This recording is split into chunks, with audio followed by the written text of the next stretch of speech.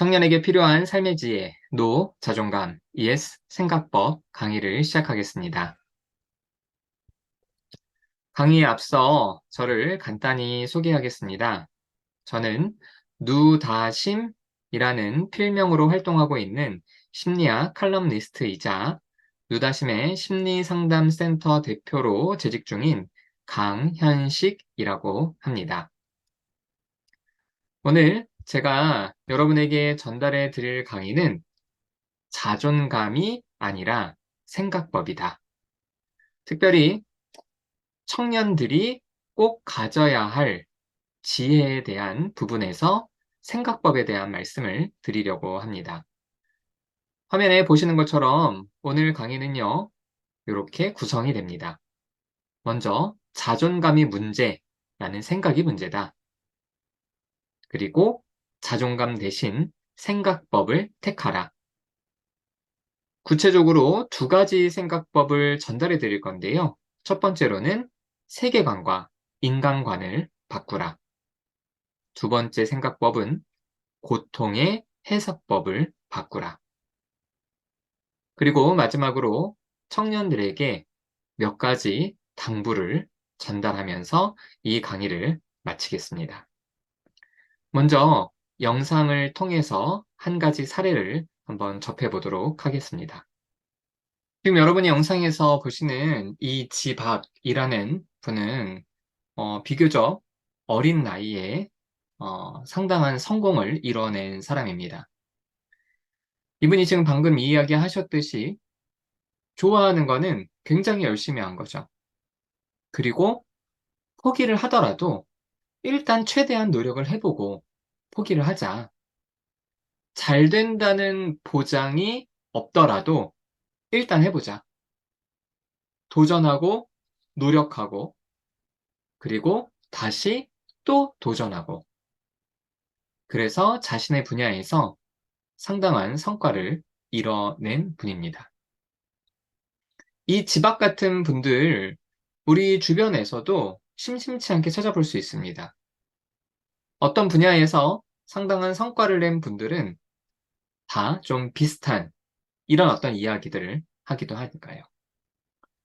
자, 그런데 어떤 분들은 이렇게 자신의 분야에서 뛰어난 성과를 낸 사람들을 보면 야, 저분은 역경과 실패 앞에서 이겨낼 수 있었던 이유가 높은 자존감 때문이야. 자존감이 높기 때문에 저렇게 열심히 도전하고 노력할 수 있는 거야. 라고 생각합니다.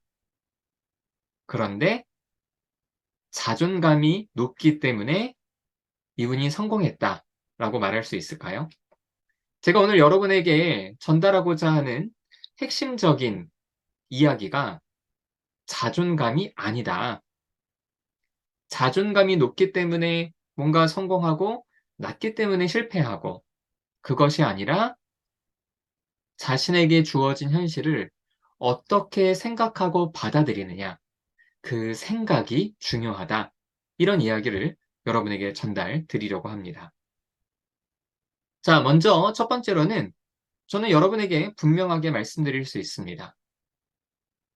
내가 실패한 건, 야, 자존감 때문이야. 야, 저 사람이 성공한 건, 야, 자존감 덕분이야. 아, 결국에 나는 자존감이 문제구나. 라고들 많이 생각하시는 분들이 있어요.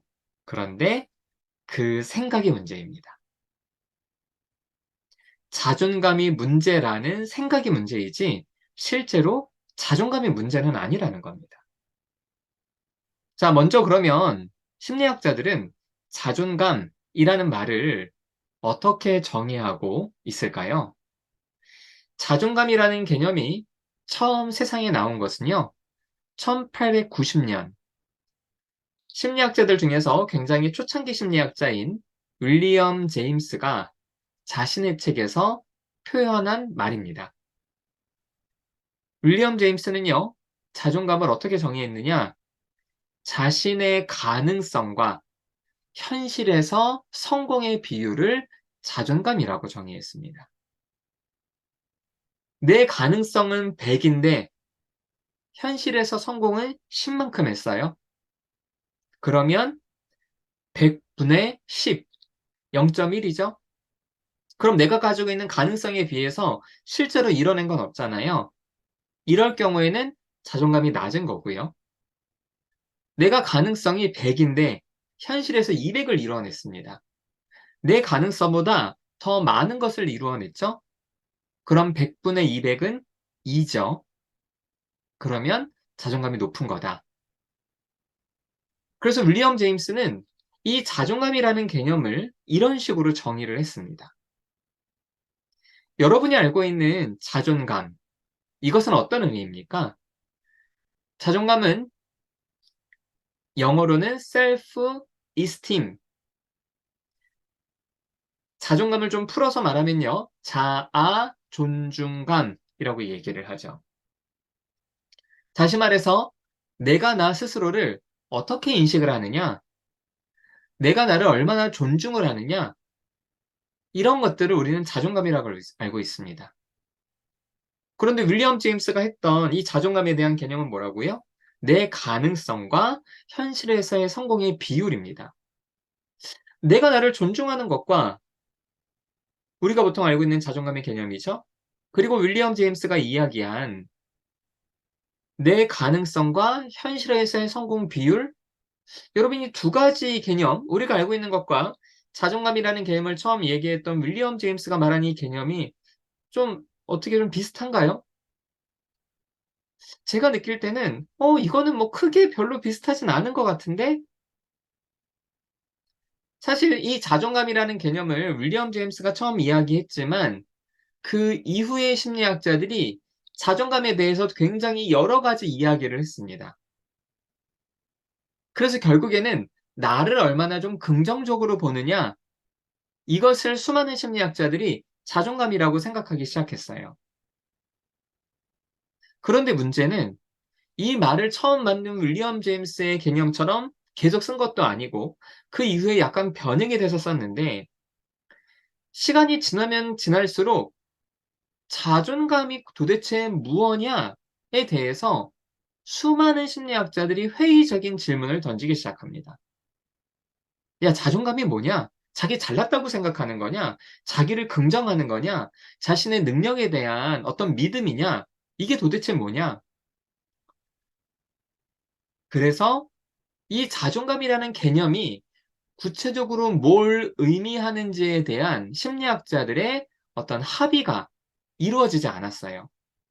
그리고 자기를 존중한다라는 이 개념 자체가 굉장히 모호하기 때문에 심리학자들은 이것을 대체할 수 있는 다양한 개념을 만들기 시작했습니다. 가장 대표적인 것이 자기 효능감, 자기 수용입니다.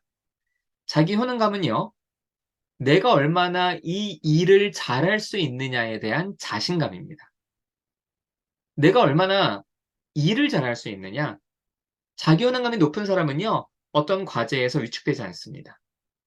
자기 효능감이 낮은 사람은요, 어떠한 일을 할 때 좀 많이 위축이 돼요. 또 자기 수용은 뭡니까? 자기 수용은 내 안에 부정적인 생각이나 감정, 내 존재 자체를 있는 그대로 좀 받아들이는 마음이에요. 많은 분들이, 아, 나는 내가 너무 싫어 라고 이야기를 하시죠? 자기 수용이 낮다는 겁니다. 나는 괜찮아. 내가 이렇게 부족한 부분이 있지만 이것도 역시 내 모습이야. 이런 사람들은 자기 수용이 높은 거죠. 그래서 어떠한 과제에서 자신의 능력에 대한 생각을 하느냐? 자기 효능감. 자신의 부정적이거나 자신에게 있는 좀 모난 부분이나 자신의 현재 모습이나 이런 것들을 얼마나 내 것으로 받아들이느냐? 자기 수용.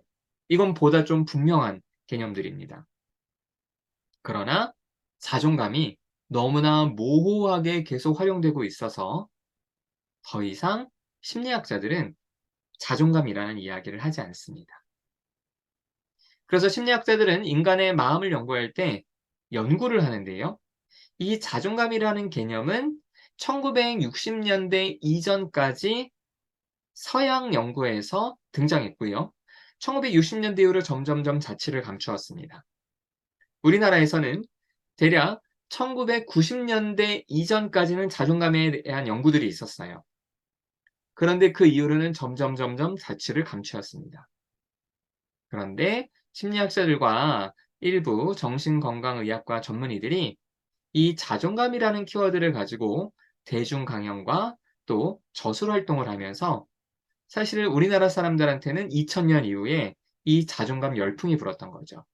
지금도 많은 분들이 이 자존감을 가지고 이야기를 하고 계시지만 사실은 자존감은 그 개념 자체가 모호해서 심리학에서는 더 이상 사용하지 않는 개념이다 라고 이야기할 수 있습니다. 자존감이 문제라는 생각이 문제인 두 번째 이유는요. 사실 자존감이라는 개념이 모호하기도 하지만 엄밀히 말해서 그럼에도 불구하고 뭔가 자기를 좀 존중해주는 느낌이라고 좀 인위적으로 정의를 해본다고 하더라도요.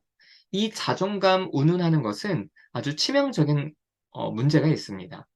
그건 뭐냐 하면요.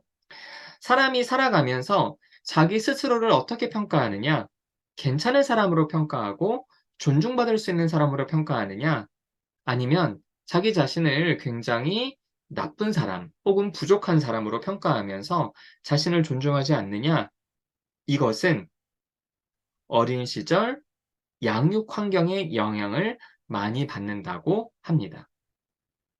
다시 말해서 여러분이 만약에 스스로를 자존감이 높다라고 생각하신다면 아마 여러분은 어린 시절 여러분의 부모님 혹은 조부모님, 여러분을 양육해 주신 그 주변의 어른들로부터 굉장히 일관된 양육, 그리고 무조건적, 긍정적 존중을 받은 사람일 수 있습니다.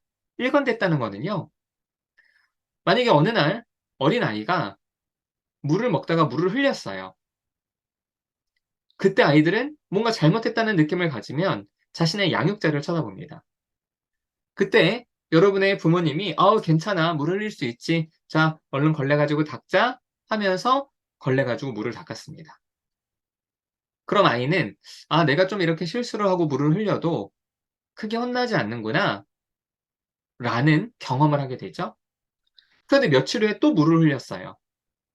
그래서 아이는 이번에도 당연히 '아 내가 흘린 거 내가 치우면 되지.'라고 생각해서 물을 치우려고 하는데 그 순간 양육자가 "너는 왜 하는 짓마다 이렇게 실수하고 잘못하고 나를 괴롭게 하냐? 왜 물을 흘리냐? 왜 또 문제를 만드느냐?" 막 혼내고 욕하고 비난했다. 그럼 아이는 어떻게 했습니까? 그 순간 무서운 건 문제가 아닙니다. 왜냐하면 어떤 일을 잘못했을 때 그것에 대해서 부정적 피드백을 받은 거는요. 모든 아이들이 좀 무섭긴 하지만 받아들일 수 있습니다. 그런데 더 심각한 문제는 지난번에는 괜찮다고 하더니 이번에는 화를 내요. 일관되지 않죠. 일관되지 않으면 예상이 안 됩니다. 예상이 안 되는 거는요. 우리를 굉장히 무력하게 만들고 '내 존재 자체가 문제구나.' 이렇게까지 느껴지는 거예요. 그래서 비일관된 양육을 받은 사람들은 자기 스스로를 굉장히 못 믿을 사람, 안 좋은 사람이라고 생각을 해요. 그런데 부모가 일관된 기준을 가지고 아이를 양육을 했으면 그럼 일관되게 아이를 혼나더라도요. 혹은 일관되게 아이를 이해해 주더라도 이 일관성이 있는 거는요. '아 내가 이런 상황에서 어떤 사람이구나. 어떻게 하면 되겠구나.' 소위 말해서 그런 자존감이 높아지게 된다고 합니다. 자 또 아이들은 어렸을 적에 부모 마음에 들 수 있는 행동을 하기가 어렵습니다. 그래서 자신이 특별히 뭔가를 하지 않아도 우리 부모님, 조부모님, 나를 키워주는 내 주변의 사람들이 나를 있는 그대로 존중해 준다. 이게 무조건적, 긍정적 존중이라는 말인데요. 이것을 느꼈던 사람은 소위 자존감이 높다고 합니다. 근데 반면에 학대를 받거나 혹은 방임, 아무도 돌보지 않아요. 방임을 경험한 사람은 '아 나는 되게 못난 사람이고 나는 사랑받을 수 없는 사람이구나.' 라고 소위 자존감이 낮다고 합니다. 그래서 만약에 자존감이라는 개념이 실제로 존재한다고 억지스럽게 가정을 하더라도 여러분이 지금에 와서 이 자존감을 새롭게 바꿀 수는 없어요. 왜? 주로 어린 시절 양육 환경에 따라서 만들어지기 때문에 다시 태어나서 좋은 양육 환경을 경험하지 않는 한 자존감이 낮은 사람은 자존감을 높일 수 있는 방법 자체가 없습니다. 이런 면에서 자존감 운운하는 것은 사실 우리의 삶에 별로 크게 도움되지 않는다라고 말씀드릴 수 있어요. 자, 또 자존감이 문제다라는 생각이 문제인 세 번째 이유는요. 이 자존감은 우리의 삶의 일종의 핑곗거리가 됩니다. 다시 말해서 어떻게 성공했습니까? 나는 자존감이 높아서 성공했습니다. 너는 왜 실패했니? 나는 자존감이 낮아서 실패했어. 뭔가 자존감이라는 키워드를 가지면 우리의 모든 삶들이 분명하게 설명되는 것처럼 느껴지기도 해요. 하지만 이거는 내가 의도적으로 바꿀 수 있는 게 아니고 과거에 내가 영향을 미치기도 어렵게 내 주변의 양육 환경에서 나한테 영향을 미친 거기 때문에 사실은 우리의 삶의 핑곗거리가 될 수 있습니다. "야, 한번 도전해 보자."라고 누가 여러분에게 격려를 하고 응원을 하더라도 "아, 저는 자존감이 낮아서 안 될 거예요." 라고 말하는 거는 일종의 핑곗거리가 된다는 거죠. 그리고 혹은 어떤 사람이 열심히 노력해서 성공을 했는데 그 사람이 '아, 내가 이렇게 성공한 거는 내 자존감이 높아서 그래.' 라고 생각한다면 그 사람은 자존감은 이미 높고 낮음이 정해져 있는 것이니까 더 이상 노력할 필요는 없겠죠. 그래서 성공 시에도 실패 시에도 자꾸 자존감을 가지고 그걸 설명을 해 버리면 그건 내 삶의 핑곗거리가 되기도 합니다. 자존감이 문제라는 생각이 문제인 네 번째 이유는요. 자존감은요. 엄밀히 말해서 우리의 삶의 원인이 아니라 결과일 수 있기 때문입니다. 사실은 이것 때문에 심리학자들이 자존감이라는 개념을 확실하게 포기했습니다. 자, 무슨 얘기냐? 자존감이 높으면 성공하고 낮으면 실패하는가? 아니면 어떤 사람이 자꾸 성공 경험을 하면 자존감이 높아지고 어떤 사람이 실패 경험을 자주 하면 자존감이 낮아지는가? 심리학에서는요, 원인과 결과가 분명해야 됩니다. 그런데 기존의 연구들은 자존감이 낮은 사람이 우울하다. 자존감이 낮은 사람이 어떤 일에 실패할 가능성이 높다. 라고 해서 자존감을 우리 삶의 원인으로 생각하고 연구를 했습니다. 그런데 놀랍게도 이것이 원인이 아니라 우리의 삶의 성공과 실패 경험을 반복하면 결국에는 우리가 스스로에 대한 존중감이 높거나 낮아질 수 있다는 거죠. 그래서 이것은 원인이 아니라 결과일 수 있기 때문에 어떠한 현상의 원인을 찾고자 하는 심리학자들에게는 이것이 원인이 아니라 결과면 더 이상 연구할 이유가 없어지는 겁니다. 여러분, 여러분 삶에서 성공한 일이 있습니까? 혹시 그것이 여러분의 높은 자존감 때문이라고 생각합니까? 혹은 여러분이 여러분의 삶에서 실패를 반복했습니까? 그 실패의 원인이 여러분에게 있는 낮은 자존감 때문이라고 생각합니까? 그 생각이 문제일 수 있습니다. 이 자존감에 대한 생각을 내려놓고요. 여러분이 앞으로의 삶에서 내 삶을 내가 주도적으로 능동적으로 끌어가기 위해서는 자존감 운운하지 마시고 자존감 대신 생각법을 택하시기 바랍니다. 생각법. 우리는 언제나 계속 생각을 하고 있습니다. 아마 이 강의를 들으시는 분들도 '야, 저 사람은 왜 저렇게 말하지?' 라고 생각하기도 하고요. '야, 이 강의는 좀 재미가 없다.' 라고 생각하는 사람도 있을 거고요. '내가 평소에 고민하던 자존감에 대한 이야기를 저 사람이 이렇게 얘기를 해 주네.' 라고 생각을 하기도 할 겁니다. 사실 자존감은 모호하지만 우리의 생각은 굉장히 분명합니다. 사람들이 계속 이야기를 하죠. 그 이야기는 결국에는 그 사람들의 생각이라고 할 수 있습니다. 물론 생각과 다르게 말을 하는 사람들도 있지만 그것은 의도적으로 바꿔서 말을 하는 거지. 그런 의도적인 어떤 자신의 마음이 없다면 사람들의 말은 거의 다 생각을 담아내고 있습니다. 말을 분명하게 할 수 있다는 거는요, 생각을 분명하게 할 수 있다는 거예요. 그래서 자존감 대신 생각법을 택하라는 것은 저 개인의 주장이 아니라 인간의 마음과 행동을 연구하는 심리학에서 특별히 인간의 마음과 생각을 바꾸고자 하는 심리치료라는 분야, 이 분야에는 여러 가지 심리치료 이론과 방법들이 있습니다. 근데 그 중에서 인지치료라고 하는 이 심리치료 방법, 이론이 바로 이 생각법을 바꾸는 방법이라고 할 수 있습니다. 자신의 생각을 바꿈으로써 마음의 문제를 해결한다. 이 인지치료는요, 1960년대부터 시작이 되었습니다. 가장 대표적인 심리학자로는 앨리스라는 사람이 있고요. 이 사람이 만든 심리치료 이론을 REBT라고 합니다. 그리고 또 아론 백이라는 사람도 있습니다. 이분은 정신과 의사인데요. 이분이 심리치료 방법을 CBT라고 합니다. 뭐 이 용어는 여러분 모르셔도 됩니다. 그런데 REBT나 CBT 통틀어서 이렇게 인지치료라고 하는 거는요. 우리가 삶에서 겪게 되는 수많은 문제들이 사실은 생각의 문제일 수 있다는 겁니다.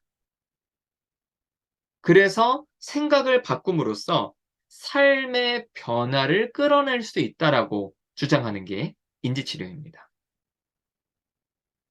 이렇게 인지치료가 가능한 이유는요, 제가 좀 전에도 말씀드렸듯이 우리의 생각은 분명합니다. 자존감은 모호하지만 생각은 분명해요. 그래서 이 생각을 우리가 알아차리고 내가 생각하던 방법을 다른 식으로 바꿀 수 있기 때문에 인지치료가 가능한 겁니다. 사실 이것을 인지치료라는 뭐있지 전문적인 용어로 만들어서 그렇죠. 여러분이 어떤 영상을 보시든지 혹은 여러분이 책을 읽든지 여러분의 친구나 선배, 부모님과 어떤 이야기를 하면서 어느 순간 여러분의 생각이 바뀔 때가 있을 겁니다. 몰랐던 것을 알기도 하고요. 전에는 좀 생각해보지 않았던 것을 새롭게 생각해보기도 하고요. 저 같은 경우는 개인적으로 20대 후반에 세계 여행을 하면서 제 생각이 정말 많이 바뀌었습니다. 그전에는 한국에서 태어나서 살면서 그저 남들과 경쟁하고 남들보다 좋은 성적 얻으려고 하고 남들보다 빠르게 뭔가를 이뤄내려고 굉장히 아등바등 살았습니다. 그러다가 어떻게 가게 된 세계 여행에서 한 가지 깨달음이 왔어요. 아, 내가 왜 이렇게 아등바등 살지? 내 삶의 스케줄을 나의 것으로 맞추면서 만들어가는 게 아니라 왜 나는 끊임없이 다른 사람들과 비교하려고 해서 내가 남들보다 잘하나? 혹은 내가 남들보다 빠른가? 왜 이렇게 내 삶의 주인을 내가 아니라 남이라고 생각하고 이렇게 살아가지? 이런 생각이 들었어요. 왜냐하면 여행하다 보니까 정말 다양한 사람들을 많이 만납니다. 나이가 어린 사람, 저랑 동년배인 사람, 나보다 나이가 많은 사람, 그리고 학생도 만나지만 직장인도 만나고 어떤 분야의 전문가도 만나고 그래서 수많은 사람들을 만나면서 아, 도대체 나는 어떤 삶을 살아가는가를 생각해 보게 되더라고요. 그래서 그 경험을 통해서 생각을 좀 다르게 하기 시작했고요. 제가 이전에 하던 생각으로는 굉장히 불안하고 긴장되고 전전긍긍했지만 바뀐 생각으로 사니까 마음의 여유가 생깁니다. 내 삶에 어떤 문제가 닥치더라도요. 그 이전의 생각을 가질 때는요. 큰일 났다. 야, 이러다가 진짜 내 인생 크게 실패하겠다. 굉장히 불안했어요. 그런데 생각이 바뀌니까 어떤 문제가 왔더라도 '아 그렇게 문제가 왔구나. 그럼 이걸 통해서 나는 또 무엇을 배울 수 있을까? 이걸 통해서 나는 좀 어떻게 다르게 한번 행동을 해 볼까?' 그래서 문제와 사건 앞에서 이전의 생각은 나를 힘들게 했다면 지금의 생각은 나를 좀 더 여유롭게 합니다. 자, 그래서 여러분이 '자존감이 문제다.'라고 생각하지 마시고 그 자존감이라는 개념을 이제 좀 내려놓고 '아 나는 지금 이 상황을 어떻게 생각하고 어떻게 받아들이고 있지?'라고 생각해 보세요. 여러분이 자존감 대신 생각법을 택해야 되는 두 번째 이유는요. 의지적으로 바꿀 수 있기 때문입니다. 아까 자존감은 어린 시절 부모님이나 조부모님 같은 내 주변 사람들이 만들어 준 양육 환경 때문에 만들어지는 거라고 했잖아요. 이거는 과거로 타임머신을 타고 돌아가지 않는 한 사실 이 자존감은 바뀔 수가 없는 겁니다. 이건 내가 지금 어떻게 할 수가 없는 거예요.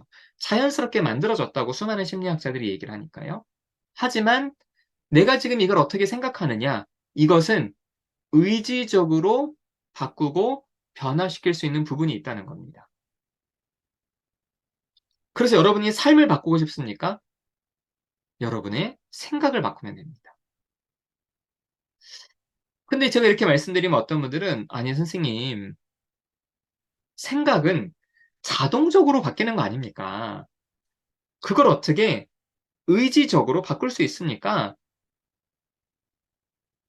그런데 여러분, 의지적으로 생각을 바꾸는 게 이상하게 들리실 수 있기는 하겠지만 많은 사람들이 마음이 힘들고 어려울 때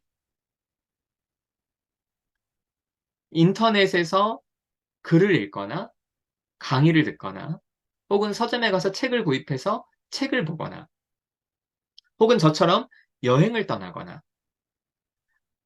이런 활동들을 선택합니다. 이런 활동들을 선택하는 이유가 뭘까요? '아 좀 생각을 정리해 봐야겠다. 혹시 내가 뭔가 잘못 생각하고 있나? 내가 모르는 게 있나? 아 내가 좀 생각을 다르게 해볼 수 있지 않을까?' 이런 가능성들을 현실화시키기 위해서 의지적으로 움직이는 겁니다. 그래서 직접적으로 생각을 바꾸는 방법도 있습니다. 제가 좀 이따 말씀드릴 거예요. 직접적으로 자신의 생각을 바꾸려고 하진 않더라도 수많은 사람들은 간접적으로라도 생각을 바꾸기 위해서 의지적인 활동을 하고 있다는 것이죠. 그래서 여러분의 삶을 바꾸고 싶다면 자존감 운운하지 마시고 여러분의 의지적으로 바꿀 수 있는 생각에 집중을 해 보셔야 됩니다. 자존감 대신 생각법을 택해야 되는 세 번째 이유는요. 엄밀히 말해서 생각도 우리가 선택할 수 있습니다. 자, 여러분 앞에 여러분을 괴롭히기도 하고 여러분을 굉장히 잘해 주기도 하는 친구가 있다고 합시다. 이 친구가 어떨 때는 막 말을 놀려요. 나를 막 괴롭게 해요. '얘가 나를 무시하나? 아 얘가 나쁜 사람인가?' 그런데 얘를 또 보다 보니까 나한테 또 굉장히 친절하게 대해 줘요. 내가 힘든 일이 있을 때 나를 위해서 굉장히 고민해 주고 달려와 주고 나를 도와줘요. 그래서 좀 양면의 모습을 갖고 있는 친구들이 있죠. 그때 여러분 판단이 잘 안 될 겁니다. 근데 그 상황에서 어떤 사람들은 일단 얘를 믿어 보기로 선택합니다. 어떤 사람들은요. 얘를 믿지 않기로 선택합니다. 이렇게 첨예한 순간에 우리는 생각을 선택합니다. 이 사람을 믿을지, 이 사람을 믿지 않을지. 친구를 사귀는 것, 연애를 하는 것, 이건 모두 우리가 선택하는 거죠. 그렇게 선택할 때는 우리의 행동만 선택하는 게 아니라 '내가 얘랑 어떤 관계를 내가 맺어야겠다. 나는 얘를 어떻게 대해야겠다.' 얘가 어떤 사람이라고 나는 생각한다 라고 내 생각을 선택하는 겁니다.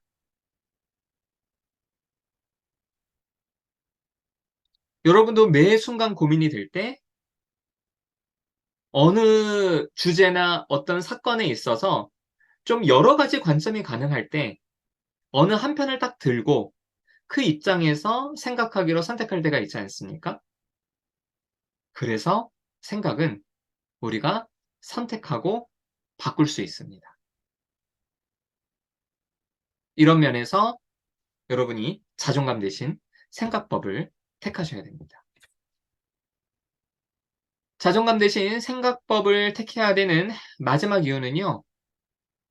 생각법은 행복의 원인이 될 수 있습니다. 자, 행복한 사람과 그렇지 않은 사람, 성공을 반복하는 사람과 실패를 반복하는 사람, 어떤 차이가 있을까요? 어떤 분들은 저한테 이렇게 얘기하시더라고요. 아, 선생님, 저 아까 영상에서 봤던 지박 같은 사람은 보니까 굉장히 잘 사는 것 같은데요. 저 사람 돈이 많으니까 저렇게 유학도 가고, 저 사람 돈이 많으니까 생계 걱정하지 않고 자신이 원하는 거에 굉장히 몰입할 수 있고 도전할 수 있는 게 아닙니까? 결국에 저 사람의 성공은 좋은 환경 때문입니다. 이렇게 얘기하시는 분들도 많이 계세요. 지박은 부모님도 음악을 했던 사람입니다. 그러니까 저런 좋은 좋은 조건에 사니까 결국엔 그것 때문에 저렇게 음악을 선택할 수 있는 거죠. 저는 음악을 좋아했지만 저희 부모님은 음악을 전혀 모르시는 분이었기 때문에 저는 음악으로 먹고 살 수가 없었습니다. 그래서 우리의 성공과 실패, 행복과 불행은 환경과 조건에 따라 달린 거 아닙니까? 라고 이야기를 합니다. 상당히 설득력 있는 말입니다. 저는 인간에게 있는 모든 성공과 모든 행복이 100% 생각법에 달려 있다라고 말하는 건 아닙니다. 우리의 삶은 굉장히 복잡합니다.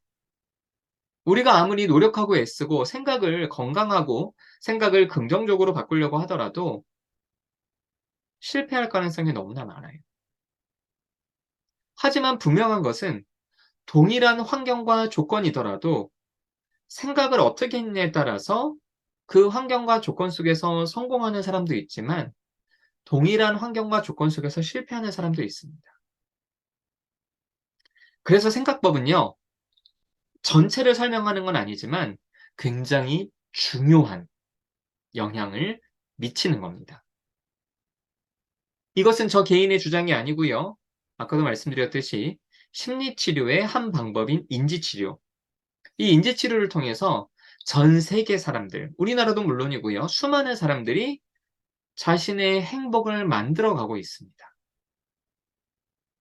여러분 인터넷 검색하시다 보면은 정말 수많은 사람들이 굉장히 좋은 이야기를 많이들 하시죠. 그런데 그런 이야기에 있어서 항상 같은 주제가 나옵니다. 우리의 삶이 조금 더 나아지기를 바란다면 공부를 하라든지 배우라든지 책을 읽으라든지 나한테 유익한 사람들을 많이 만나라든지 이런 이야기를 많이 합니다. 그걸 통해서 결국에는 뭘 하라는 겁니까? 생각을 다르게 보라는 겁니다. 자, 그러면 구체적으로 어떻게 좀 생각을 다르게 할 수 있을까요? 먼저 영상을 한번 보시겠습니다. 자, 두 가지 상황을 좀 연이어서 보여드렸죠? 앞에는 친구 그냥 막연히 그냥 계속 기다리는 겁니다. 근데 친구가 늦어요. 그럼 굉장히 불편하고 짜증나고 내 시간이 좀 침해당하는 것 같고 너무 화가 나고 속상하죠. 근데 이 친구가 와서 자기 얘기만 합니다. 뭐 사과를 하기보다는 주로 변명을 하고요. 그러면서 함께 놀기로 했으니까 이 친구가 늦게 오니까 이 친구를 위해서 내 시간을 또 할애해서 더 놀아줘야 될 것 같고 얼마나 화가 나겠습니까? 그리고 또 친구 사이에서 약속은 지켜야 돼. 어떻게 보면은 당연한 생각이지만 이렇게 당위적인 거 should, must have to. 반드시 뭐뭐 해야 돼. 이렇게 당위적인 생각들이 있으면은 그걸 어겼을 적에 너무 화가 나요. 그래서 그 규칙과 약속을 어겼으면 비난이 나가게 됩니다. 그러면 친구랑 틀어지고 싸우고 억울하고 힘들고 그래서 친구를 조금 더 멀리하게 되고 그것 때문에 또 오해가 쌓이고 친구를 아예 안 보게 되고 친구들이 많은 사람들과 친구들이 없는 사람들의 차이는 바로 생각법의 차이라고 할 수 있습니다. 지금 이 친구 둘이 만났지만 이 한 친구가 늦는데 다른 두 친구가 함께 기다리고 있다고 합시다. 그러면 이 두 친구가 함께 기다리면서 이 친구에 대해서 같은 마음을 갖기도 하고 같이 미워할 수도 있기는 하지만 이 기다리는 두 친구는 이 상황을 다르게 해석하거나 생각하기도 합니다. 그럼 이때 반응이 달라지는 거예요. 그래서 앞의 상황에서 화가 났는데 만약에 기다리는 이 친구가 얘는 좀 늦을 수 있는 애니까 책을 좀 내가 가서 먼저 읽어야겠다. 내 시간을 침해받지 않는다. 뭐 그리고 또 친구를 생각할 때 일찍 오면 좋겠지만 뭐 늦을 수도 있지. 라고 생각하면 이 친구가 늦게 오는 거에 대해서 그렇게 화가 나진 않아요. 그리고 친구가 와서 이야기를 할 때 자기가 먼저 야 그랬겠다. 근데 나 시간 없는데 우리 빨리 가야 될 것 같아. 그러니까 뭐 빨리 할까? 라고 관계에서 내가 먼저 이야기를 하고 내가 주도권을 가져올 수도 있고요. 그리고 이 친구 때문에 내 시간이 또 침해당하는 게 아니라 이 친구가 정시에 왔을 때 내가 계획한 그 시간만큼만 노는 거예요. 그럼 물론 뭐 이렇게 하다 보면 아쉽기도 하지만 이 친구도 자기가 늦게 왔으니까 그만큼 뭐 그 노는 시간이 줄어드는 거는 이 친구가 감당을 해야 될 거죠. 그런데 생각보다 많은 사람들이 다른 친구한테 엄청 맞춰주면서 굉장히 그 친구를 욕하고 미워하는 경우들이 있어요. 그러지 말고 이 상황을 다르게 해석하고 다르게 이해하면 우리는 달라질 수 있다는 겁니다. 그래서 인지치료는요, 간단히 말해서 이겁니다. 어떠한 사건이 벌어졌을 때 그 사건에 대해서 우리가 슬프거나 괴롭거나 하는 이런 감정적인 결과들, 그런데 이 사이에는 우리의 생각이 있다는 겁니다. 그래서 이것을 가리켜서 선행사건, 영어로는 activating event, 그리고 감정적인 결과, C, consequence, 결과를 의미하는 C, 이 둘 사이에는 A와 C 사이에는 여러분 알파벳 뭐가 있죠? B, belief, 우리의 신념, 우리의 생각이 있다는 겁니다. 그래서 수많은 사람들은 이러한 사건 때문에 내가 너무 열받고, 이러한 사건 때문에 내가 너무 괴롭고, 슬프고, 우울하고라고 생각하지만 심리학자들은 이것을 해석하는 틀이 있다. 음, 이 틀, 이것을 바꾸면 우리는 얼마든지 새로운 감정적인 결과를 가질 수 있다는 겁니다. 음. 저는 상담하면서 수많은 사람들한테 얘기합니다. 야, 도전해보자. 한번 모험을 해보자. 그때 수많은 사람들이 저한테 얘기해요. 선생님, 그러다 실패하면 어떡합니까? 실패라는 사건이 발생하면 제가 물어요. 그럼 너는 어떻게 될 것 같은데? 감정적인 결과가 어떨 것 같아? 저 너무 괴로울 것 같아요. 저 너무 힘들 것 같아요. 그럼 저는 그러죠. 야, 실패를 경험했을 때 이렇게 힘든 거는 너는 어떤 생각이 있기 때문에 이렇게 힘든 거니? 여러분도 한번 잘 생각해 보세요. 여러분이 어떠한 사건을 경험할 때 그것에 대해서 괴롭다면 이것에 대한 여러분의 해석틀이 있다는 겁니다. 이때 수많은 사람들이 아니 선생님 실패는 다 힘든 거죠. 실패하면 더 괴로운 거죠. 이게 무슨 뭐 생각이나 해석이 있어요? 그럼 저는 이렇게 얘기합니다. 네가 실패를 통해서 뭔가를 배울 수 있다면 이 배우고 깨닫는 것이 이 실패보다 더 중요하니 너는 이 실패를 조금 더 덤덤하게 받아들일 수 있지 않겠니? 네가 만약에 실패를 할까봐 두려워해서, 그래서 괴로울까봐 두려워해서 아예 도전을 안 하면 너는 성공하지 못할 텐데. 그러면 실패를 좀 다르게 해석해보자.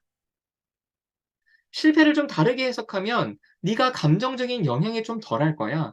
그럼 계속 도전할 수 있겠지. 제가 이렇게 이제 설득을 해요. 여러분 어떻습니까? 실패가 누구에게나 괴로운 건 아닙니다.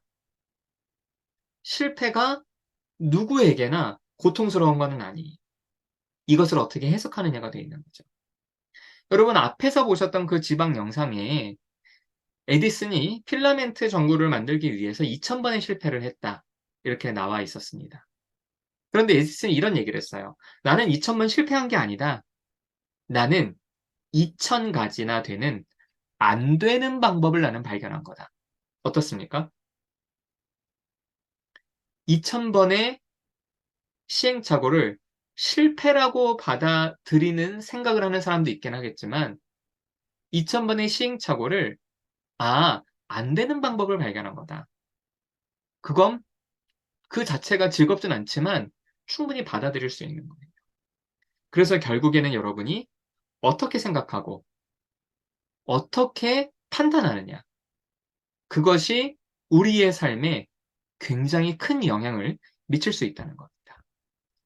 자, 그럼 구체적으로 어떻게 생각을 바꿔야겠습니까? 제가 두 가지 생각법을 말씀드릴 겁니다. 첫 번째는요, 여러분, 세계관과 인간관을 바꾸십시오. 자, 세계관, 인간관 하면은 굉장히 좀 너무 광범위하다고 느끼실 수 있어요. 그냥 여러분이 세상을 어떤 곳이라고 생각합니까? 여러분, 사람은 어떤 존재라고 생각합니까? 그것에 대해서 여러분이 치열하게 고민해 보지는 않았다고 하더라도 여러분 나름대로 다 생각이 있을 겁니다. 그 생각을 분명하고 명확하게 한번 꺼내서 살펴보고 그것을 한번 다르게 바꿔보는 그런 시간이 됐으면 좋겠어요. 제가 구체적으로 세 가지를 말씀드릴 겁니다. 자, 첫 번째로는요. 여러분 혹시 발전 환상을 가지고 계십니까? 수많은 사람들은요. 내가, 개인이, 혹은 우리 인류가 지금 문제가 벌어졌어요. 이 당면한 문제를 해결하면 문제가 사라지고 또 문제가 나타났어요. 또 해결하면 사라지고 불편함이 사라져서 편리함이 되고 문제가 해결이 되고 그래서 발전하고 발전하고 해결하고 발전하고 하면 궁극적으로 문제가 없는 상태에 도달할 수 있을 것이라고 생각합니다. 그런데 저는 이것을 환상이다 라고 이야기합니다. 무슨 얘기냐? 여러분, 문제를 해결하고 해결하고 또 해결하고 또 해결하고 또 해결하고 또 해결하면 우리는 완벽한 지경에 이를 수 있을까요? 많은 분들이 선생님, 과학기술이 계속 발전하면 인류의 모든 문제가 사라지지 않겠습니까? 모든 질병도 사라지고요. 모든 고통도 사라지고요. 유토피아가 될 수 있지 않겠습니까? 라고 이야기를 합니다. 그런데 엄밀히 말해서 우리 삶에 당면한 문제를 해결하는 것은 굉장히 어려운 일입니다. 물론 문제를 해결할 필요가 없다라고 얘기하는 건 아닙니다. 지금도 끊임없이 인간의 생명을 앗아가는 그 질병과 싸워서 그것을 치료할 수 있는 방법을 개발하고 혹은 얼마 전에 끝난 이 코로나 사태를 해결하기 위해서 백신을 개발하고 치료제를 개발하고 문제를 해결해야겠지만 사실은 그것이 쉬운 일은 아닙니다. 그런데 어렵게 했을 때 그 문제는 사라지지만 예상치 못한 다른 문제가 또 생기는 겁니다.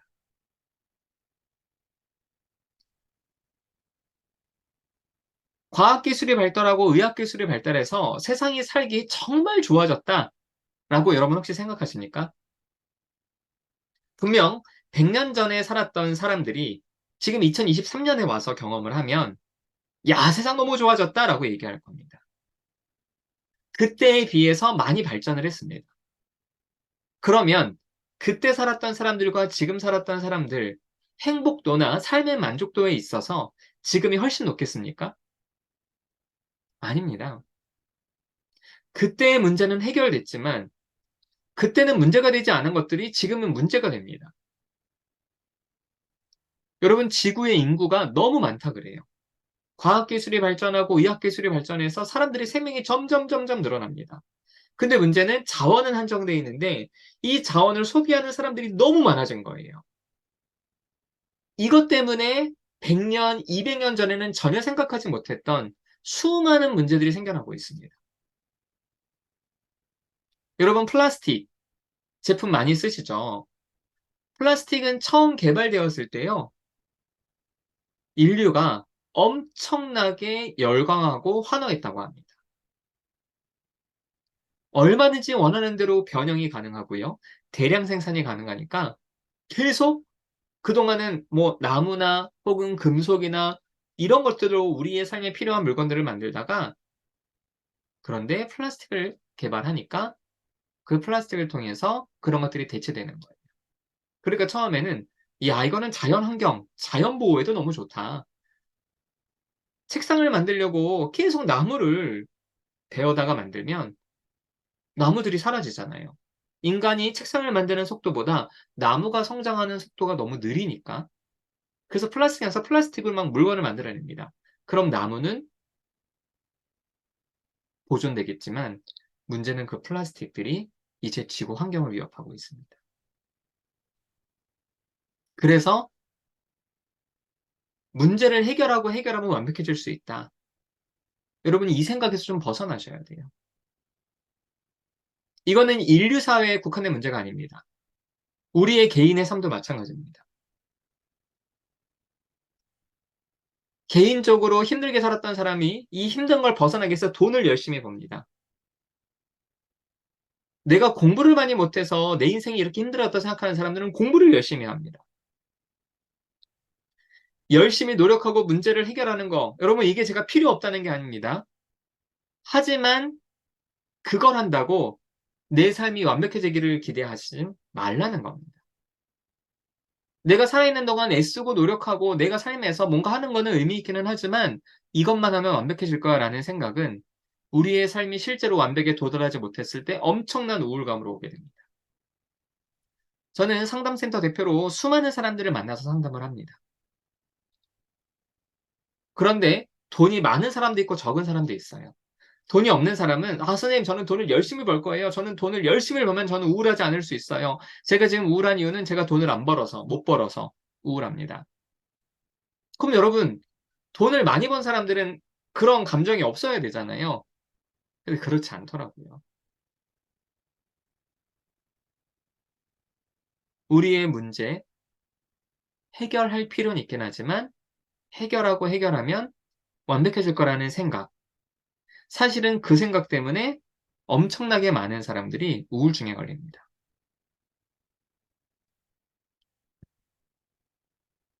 발전한 상을 포기하라는 게 첫 번째로 세계관과 인간관을 바꾸는 방법입니다.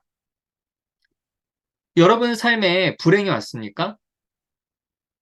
여러분 삶에 고통이 왔습니까? 정상입니다. 미국의 심리학자 헤이즈는요, 유명한 말을 했습니다. Happiness is not normal. 행복은 정상이 아니다. 이게 무슨 얘기냐? 여러분, 수많은 사람들은 난 행복해지고 싶어요 라고 외치죠. 나는 행복해지고 싶어요 라고 외치는 거는 뒤집으면 인간이 현재 어떻다는 겁니까? 인간은 행복하지 않다는 거예요. 아니, 선생님, 행복하지 않다뇨. 저는 행복하지 않지만 사람들은 다 행복해 보여요. 수많은 SNS를 보면은 사람들은 늘 화려하게 웃고요. 맛있는 음식을 먹고 여러 사람들과 어울립니다. 좋은 곳에 가고 너무 행복해 보여요. 대부분의 사람들이 다 SNS에 그렇게 좋은 모습을 올리고 있는데요. 근데 나는 그렇지 못해요. 저는 우울하고요. 저는 맨날 라면만 먹고요. 저는 좋은 곳에 가보지는 못해요. 전 친구가 없어요. 행복은 정상인데 저는 불행해서 저는 비정상입니다. 라고 말하는 사람들이 많습니다. 그런데 아니에요, 여러분. 여러분도 우울하고 힘든 모습 있지만 여러분 그걸 SNS에 올립니까? 여러분의 SNS를 많이 안 하더라도 몇 장 올리는 사진들, 어떤 사진 올립니까? 어떠한 글을 올립니까? 즐겁고, 기쁘고, 재밌고, 남들 보기에 괜찮아 보이는 것들만 올리죠. 여러분이 보는 그 SNS 사진들도 다 마찬가지라는 겁니다.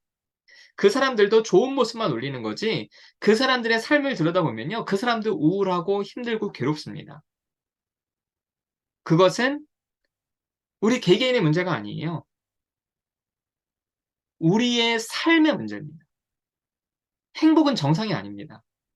그러면서 여러분 앞에 고통스러운 일이 왔을 때, 아, 올 게 왔구나. 아, 역시 그렇지. 역시 우리 삶은 고통이지. 역시 당연한 일이 또 벌어졌구나. 하면서 헤이즈는요, 창조적으로 절망하라 얘기합니다. 절망할 수밖에 없죠. 내 앞에 고통이 왔으니까. 그런데 오지 말아야 될 게 온 것처럼 괴로워하지 말고, 아, 역시, 에휴, 또 왔구나. 어쩌겠어요. 그게 우리 삶의 근본적인 문제인데. 그래서 삶의 기준을요, 행복이라는 비정상적인 상태로 놓으면은 내 삶에 문제가 왔을 때 엄청나게 우울합니다. 내 기준은 이거고, 내, 내 삶의 현재는 이렇게 낮다면 이건 다 우울이죠. 그런데 헤이즈는 삶의 기준이 고통이라는 겁니다. 그런데 때로는 우리의 삶이 고통 속에 있기는 하지만 어떨 경우에는 삶이 좀 괜찮을 때도 있잖아요. 그쵸? 그럼 이게 즐거움으로 바뀌는 겁니다. 즐거움으로. 여러분, 행복은 정상이 아닙니다. 이 마음을 딱 먹으면요. 내 앞에 문제가 왔을 때, 왜 나한테 이런 일이? 도대체 내가 뭘 잘못했길래? 나 같은 사람은 사람은 안 되나 보다. 삶이 이렇게 고통스러울 순 없지. 그래서 수많은 사람들이 우울증에 걸리고 자해를 하고 스스로 목숨을 끊으려고 합니다. 왜? 내가 뭔가 내 삶이 잘못됐다고 느끼는 거예요. 그건 뭡니까? 삶의 기준이 행복, 정상적인 삶이 행복하다고 생각하기 때문에 그렇게 괴로운 마음이 되는 거예요.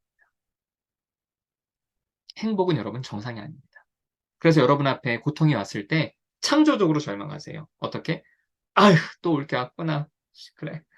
어쩐지 안 오나 싶었다. 너. 그래. 고통아, 불행아, 왔구나. 이렇게 여러분 좀 받아들이면요. 여러분 앞에 실패와 좌절이 왔을 때 엄청 괴롭지 않습니다. 좀 견딜만 해요. 창조적으로 즐거워하라가 아닙니다. 그쵸? 괴로워요. 절망됩니다. 하지만 그것을 내 삶의 일부로 받아들이고 그것의 삶의 본질로 받아들일 때 우리는 그 괴로움에서 조금씩 벗어날 수 있습니다. 세계관과 인간 간의 가장 핵심적인 키워드를 꼽자면 결국엔 우리 모두는요, 다 고통 속에 있다는 겁니다. 여러분, 이거는 심리학자 헤이즈 개인의 통찰이 아니고요. 제가 개인적으로 통찰해서 여러분에게 말씀드리는 것은 아닙니다. 여러분 혹시 어, 종교가 불교이신 분 계십니까? 여러분 부처님은요. 우리의 삶을 뭐라 그랬습니까? 부처님은 우리의 삶을 네 가지 고통이다 이렇게 표현하셨어요. 뭡니까? 네 가지 고통, 생, 로, 병, 사. 그래서 부처님은요. 우리의 삶은 고통 속에 있는 거다. 이게 현실이다. 이 고통에서 벗어나기 위해서 해탈해야 된다. 직접 해탈의 본을 보여주셨어요. 그래서 불교적인 세계관도요, 삶을 고통으로 가정을 합니다. 혹은 반대로, 여러분 혹시 종교가 기독교이신 분들 계십니까? 기독교에서는 예수를 뭐라고 합니까? 예수님을 구원자라 그러죠. 여러분, 구원자가 필요한 이유는 뭡니까? 이 삶이 어떻다는 거예요? 이 삶이 행복한, 낙원, 이 삶이 천국이라는 겁니까? 아니면 이 삶은 고통에 가득 차 있는 굉장히 고통스러운 지옥 같은 상태라는 겁니까? 구원자가 필요하다는 게 뭡니까? 구원자가 필요하다는 거는요, 이 삶이 고통으로 가득 차 있다는 겁니다. 그래서 구원자가 구원하러 왔다는 거예요. 기독교적인 근본적인 세계관도 뭡니까?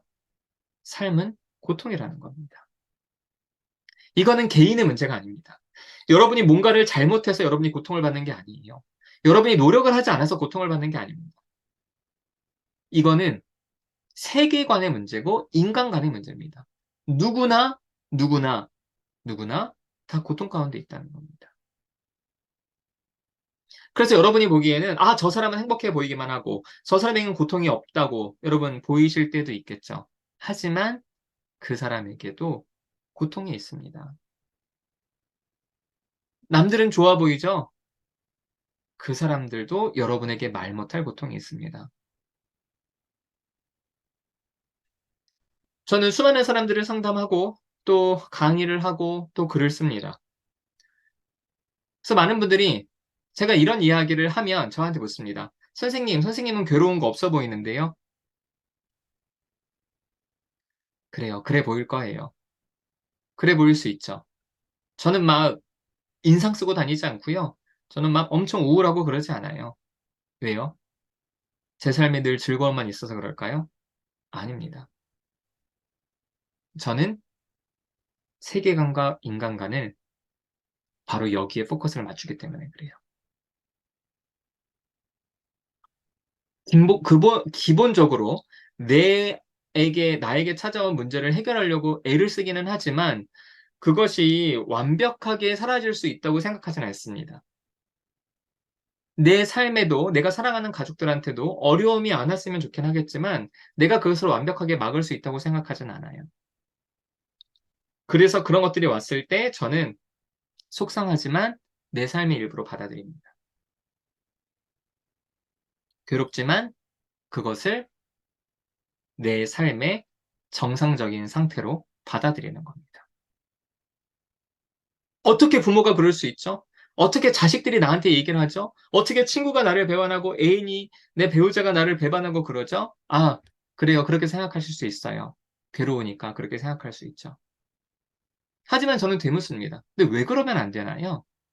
왜 부모는 항상 자식을 사랑해야 되고, 자식은 왜 항상 부모를 존경해야 되고, 친구들은 서로 의리를 지켜야 되고, 배우자나 연인은 왜 서로에 대한 신의를 왜 지켜야 되나요? 그건 당연한 게 아닙니다. 그럴 수 있으면 좋은 거지, 그건 당연한 게 아닙니다. 여러분 삶의 모든 것을 당연하다고 느끼는 순간 우리의 삶은 굉장히 마음이 힘들어져요. 그래서 여러분 세계관과 인간관을 바꾸시라는 겁니다. 자, 두 번째. 여러분이 가져야 될 생각법은요, 고통의 해석법을 바꾸는 겁니다. 여러분, 우리의 삶이 고통이라고 제가 말씀드렸죠. 그 고통이 찾아왔을 때, 여러분 어떻게 해석합니까? 아, 이 고통은 나 때문이야. 내가 뭔가를 잘못했을까? 아, 내가 이렇게 해서 이게 나한테 찾아온 거야. 내 삶의 고통의 원인을 나한테서 찾으면요, 상황이 바뀌어도 나는 그대로니까 이 고통은 또 오게 돼요. 이 세상의 모든 고통이 나 때문이라면 결국에는 내가 없어지거나 해야 된다는 결론에 이르게 됩니다.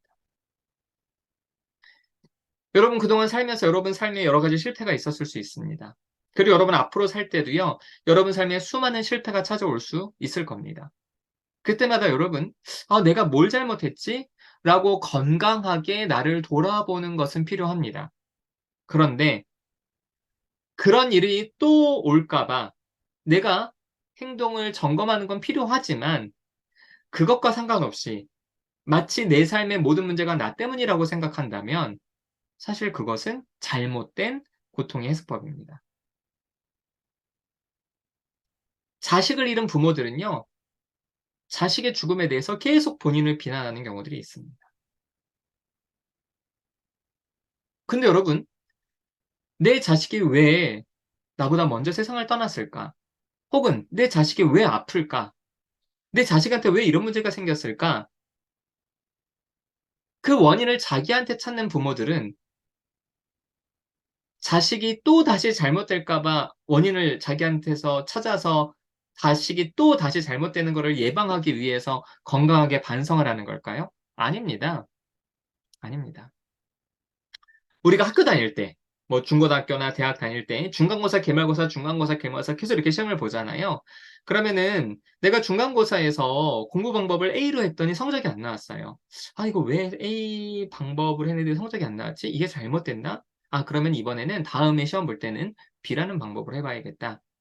이거는 건강한 반성입니다.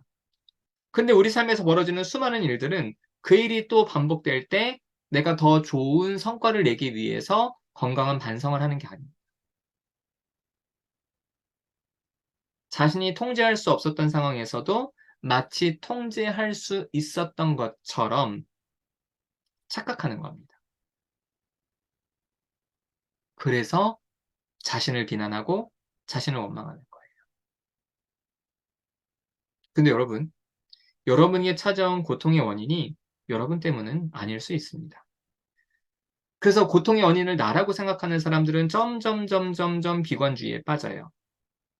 그럼 어떻게 해석하자는 겁니까? 이 고통은 내가 원해서 온 게 아니야. 나도 이것이 안 오기를 바랬지만 어쩔 수 없었어. 여러분, 어쩔 수 없었다는 것은 핑계대자는 게 아닙니다. 우리는 누구나 고통을 싫어합니다. 그래서 고통을 최대한 막고자 합니다. 하지만 모든 걸 막을 수는 없어요. 마치 무슨 얘기냐면요. 여러분 삶에 어려움과 문제가 왔을 때 그것을 여러분이 예방하기 위해서 최선을 다할 거잖아요. 하지만 모든 걸 다 예방할 수는 없습니다. 내가 막을 수 있는 거는 막지만 못 막는 게 있는 겁니다. 그것에 대해서 어쩔 수 없었어. 제가 제 예를 말씀을 드릴게요. 어, 제가 군에서 제대한 지 뭐 좀 있으면 거의 대략 30년 정도 돼요. 그런데, 저는 이제 군에서 2년 동안 지속적으로 저는 성추행을 당했습니다. 사실 이 강의를 들으시는 분들 중에서도, 어, 본인들이 각자 성범죄 피해 경험을 하신 분들이 계실 수 있다고 생각해요. 혹시 그분들이 계시다면 제 이야기를 한번 잘 귀 기울여 들어주세요. 저는 제가 군에서 2년 동안 지속적으로 성추행을 당했을 때 사실 제가 무슨 일을 당하는지도 모르고 그렇게 당했습니다. 군대라는 특수한 상황이기도 했고요.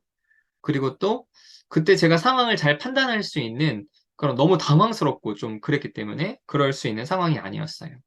근데 제대를 하고 나니까 제가 무슨 일을 당했는지가 너무 분명하게 느껴지는 거예요. 그런데 문제는 제가 그 상황에서 너무 괴롭고 나한테 왜 이런 일이 일어났는지를 계속 생각하다 보니까 결국에는 나한테 그 고통을 안겨줬던 그 가해자, 그 나쁜 XX, 그 사람보다 그 일을 당했던 피해자인 저를 더 비난하고 있더라고요. 내가 왜 그때 가만히 있었지? 내가 왜 그때 그 사람의 명령이나 그 사람의 말을 어기지 못했지? 정말 만약에 행군을 하다가 길에서 짱돌 하나 들어서 나를 그렇게 괴롭게 한 그놈 머리라도 내가 찍었으면 내가 영창을 가더라도 속은 시원했을 텐데 나는 왜 가만히 있었지? 내가 왜 그랬지? 여러분, 수많은 성범죄 피해자들이 저처럼 자책을 합니다. 근데 여러분 생각해 보세요. 제가 성범죄 피해를 당한 게 제가 원해서 당했습니까? 그게 내 잘못입니까? 아니에요. 저는 그놈한테 제 몸을 만져달라고 한 적이 없습니다. 제가 만약에 선택할 수 있었다면은 저는 제 몸에 손대는 거를 허락하지 않았을 거예요. 근데 제가 그거를 내가 할 수 있는 게 아무것도 없었다라고 받아들이는 게 너무 마음이 힘드니까 내가 그때 그렇게 하지 않았으면 이런 일이 벌어지지 않았을 텐데 내가 무기력하게 그 상황을 받아들이는 게 너무 힘들어서 내가 마치 그것을 통제할 수 있었던 것처럼 착각하면서 내가 이렇게 했으면 그런 일을 안 당했을 텐데 그런 일을 당했으니까 결국은 이건 나 때문이 아니냐? 이런 말도 안 되는 논리적인 오류를 범하면서 저를 계속 비난하는. 여러분, 여러분에게 찾아온 고통이 정말 여러분 때문입니까? 그것이 올바른 해석입니까? 아닙니다. 어쩔 수 없는 거예요. 내 삶은 모두 내가 통제할 수 있는 건 아니거든. 자, 또 어떤 일을 경험하고 실패하고 고통을 받았던 사람은요, 자기가 실패한 이 영역뿐 아니라 다른 영역에서도 자기가 잘 못할 거라고 생각합니다.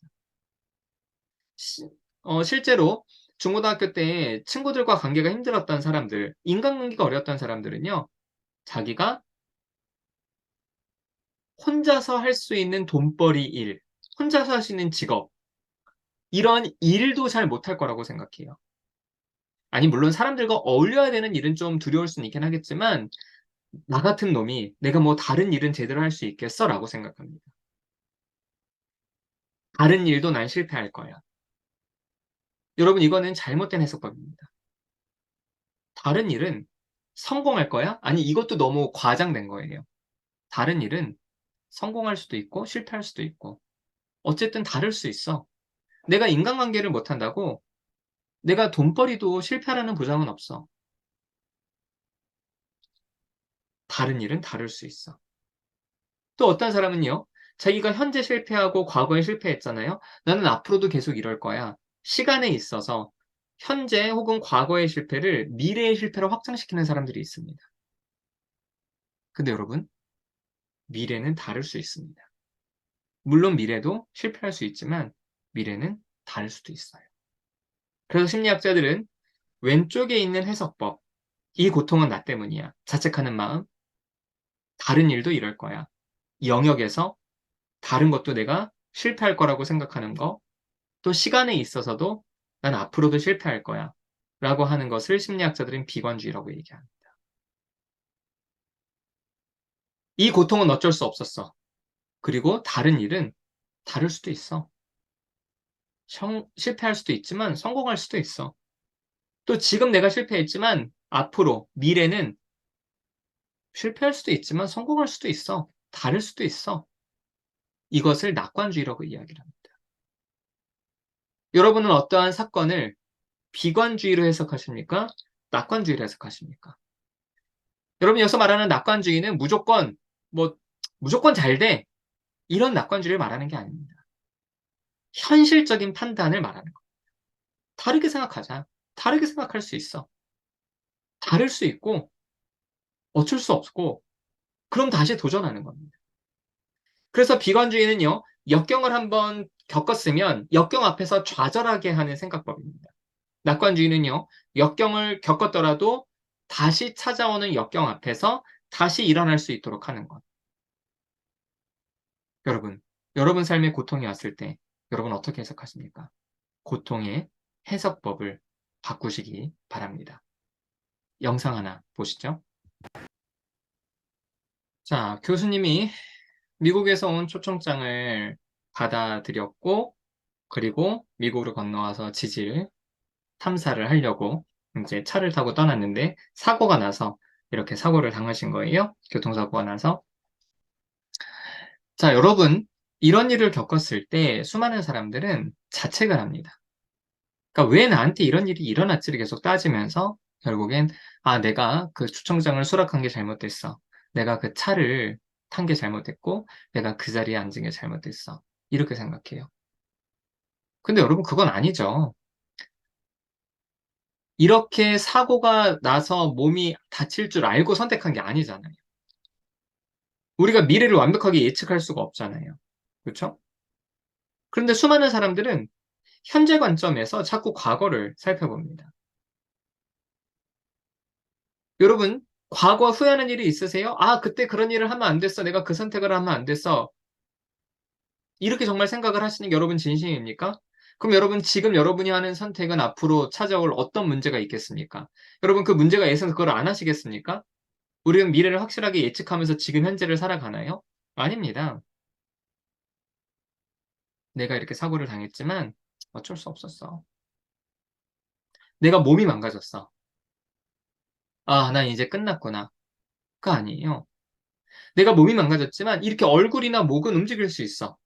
야, 그럼 이걸로 뭘 해볼 수 있는 게 있지 않을까? 영역에 있어서도요. 내가 안 되는 것도 있지만 다른 영역은 다를 수도 있어. 또 내가 지금 이렇게 힘들지만 이렇게 지금 내가 고통받았지만 앞으로는 좀 다를 수 있는 것도 있어. 비관주의가 아니라 현실적인 낙관주의로 여러분이 해석을 하셔야 그 고통에서 한 걸음 더 나아가서 자신의 삶을 살 수 있습니다. 그런데 이게 되시려면 세계관과 인간관을 바꾸는 것도 중요합니다. 만약에 이 교수님이 다른 교수들은 멀쩡한데 나는 이렇구나 라고 생각하면서 나에게 있는 고통이 저 사람이었고 저 사람은 나보다 낫다라고 생각하면 굉장히 마음이 안 좋겠죠. 각자의 고통이 있는 겁니다. 물론 어느 순간에는 누군가의 고통이 더 크다라고 느낄 수 있긴 하지만 사실 그거는 감정적인 문제이지 누구든지 자신의 고통을 가장 크다고 생각합니다. 자, 그런 면에서 여러분, 자존감이 아니라 생각법입니다. 여러분 삶에 고통과 어려움이 왔을 때 그걸 어떻게 받아들이느냐. 첫 번째로는 세계관과 인간관을 바꾸십시오. 두 번째로는 비관주의를 버리고 현실적인 낙관주의의 생각으로 여러분이 그것을 해석하셔야 됩니다. 자, 이제 마지막으로 여러분이 꼭 기억하셨으면 하는 몇 가지 당부사항을 좀 전달하면서 이 강의를 마치려고 합니다. 여러분 삶이 지치고 힘들 때 분명히 앞으로 찾아올 겁니다. 물론 지금까지도 많이 힘드셨던 분들도 계시죠? 하지만 앞으로의 삶에서 여러분 어렵고 고통스럽고 괴롭다고 느끼실 때도 있을 겁니다. 그럴 때마다 여러분 오늘 강의를 꼭 기억해 주십시오. 내가 이걸 어떻게 생각하고 있구나. 그런데 이 생각법도요. 여러분 강의를 한번 딱 들었다고 바로 바뀌진 않습니다. 연습이 필요합니다. 왜냐하면 우리 뇌는요, 변화를 싫어합니다. 그래서 기존의 것을 계속 유지하려는 경향이 있어요.